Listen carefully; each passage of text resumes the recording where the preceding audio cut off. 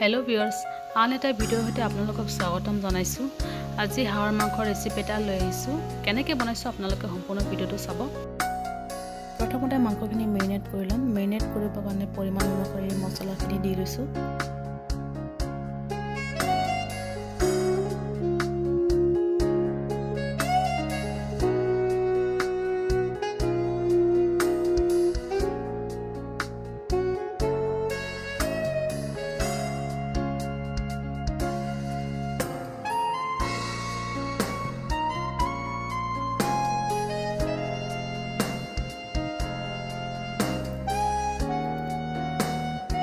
মছলাখিনিৰ লগত মাংসখিনি ভালদৰে মিলাই লওঁ।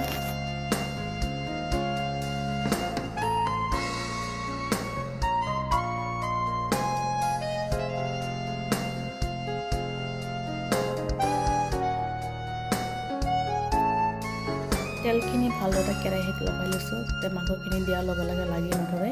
আৰু দিছোঁ গোটা গৰম মছলাখিনি দি দিছোঁ, তেজপাত, লং, ইলাচি, দালচেনি এইবিলাক দি দিছোঁ। এতিয়া মেৰিনেট কৰি থোৱা মাংসখিনি দি দিছোঁ।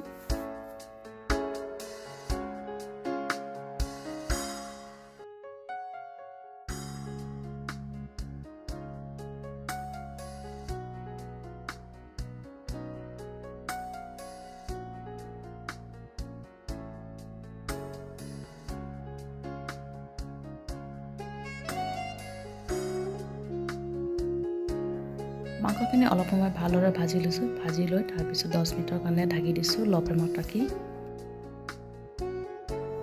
10 মিনিট হোৱাৰ পিছত ঢাকনিখিনি উঠাই আকৌ ভালদৰে লৰাই দিছোঁ মাংসখিনি যাতে তলত লাগি নধৰে তাৰ কাৰণে ভালদৰে। এনেকৈ আৰু 10 মিনিট সময় ভাজি কৰিছোঁ ল' ফ্লেমত ৰাখি। লাহে লাহে লৰাই দিছোঁ যাতে তলত লাগি নধৰে।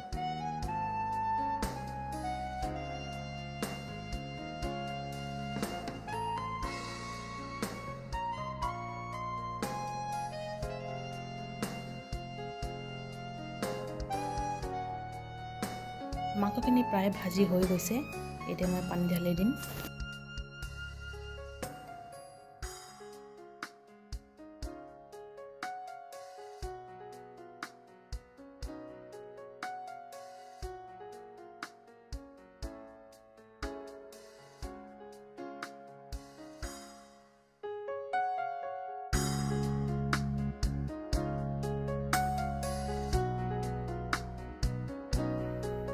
পানীখিনি দিয়াৰ পিছত অলপ সময় উতলিব দিছোঁ। তাৰপিছত আকৌ ঢাকি দিছোঁ 10 মিনিটৰ কাৰণে মিডিয়াম ফ্লেমত ৰাখি।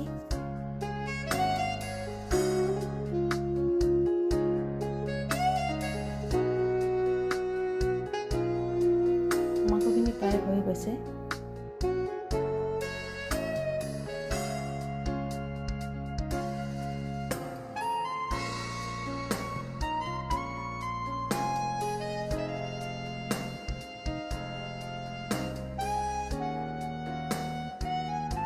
মাংসখিনি হৈ গৈছে।